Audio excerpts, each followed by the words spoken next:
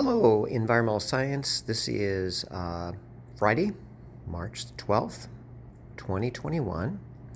And what you see here is, in fact, what we have visited now for several months is the monthly mealworm population lab. And what I just did in that scan was to look at the setup of that lab. Let's go ahead and we'll move in and start off with the control group. So you can see that once again, like we've described, we have two buckets. They're paint buckets. There's a colony number 1 in the front, a colony number 2 in the back. Remember that what we are doing with these mealworms is that they are being fed a traditional food source. In this case, they're being fed oats. Let me go ahead and show you the results of the March population analysis. This is based upon a random sampling from each one of the buckets of a volume of each colony, and then a sorting of the dead and the living mealworms. We then count the living mealworms and we mass them. So let's go ahead and take a look at the data for these two buckets. So what you see here is colony number 1. If we get a little bit closer, you can see that we have one large mealworm and a bunch of little bitty baby ones.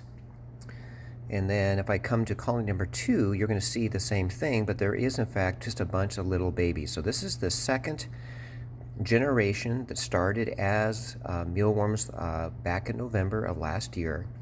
What does the data actually show us? So let me go ahead and show you that specifically for colony number 1, for February 12th, that there was 9 larvae, no adults, no pupae.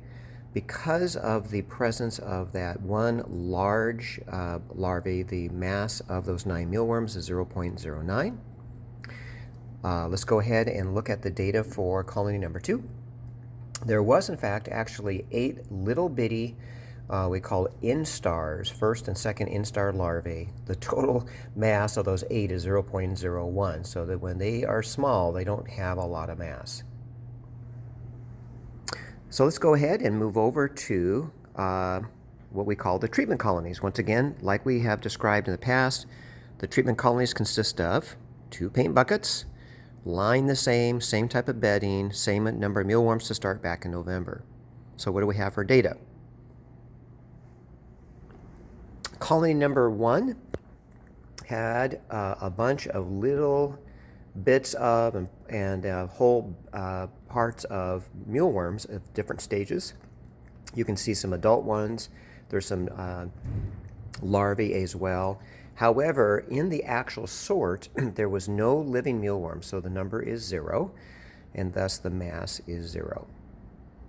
Colony number 2 of the treatment group being fed styrofoam, you can in fact see that there are 4 larvae. There's no adults, no pupae. 3 of them are pretty good size, and there's one little bitty, we call first or second instar larvae. What do we have in terms of actual data? The count would be 4 total. The mass based on those 3 very large larvae is 0.19.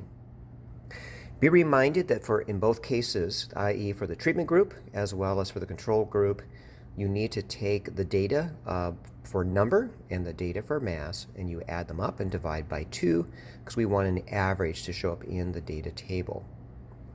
That's your data for March 12th of 2021.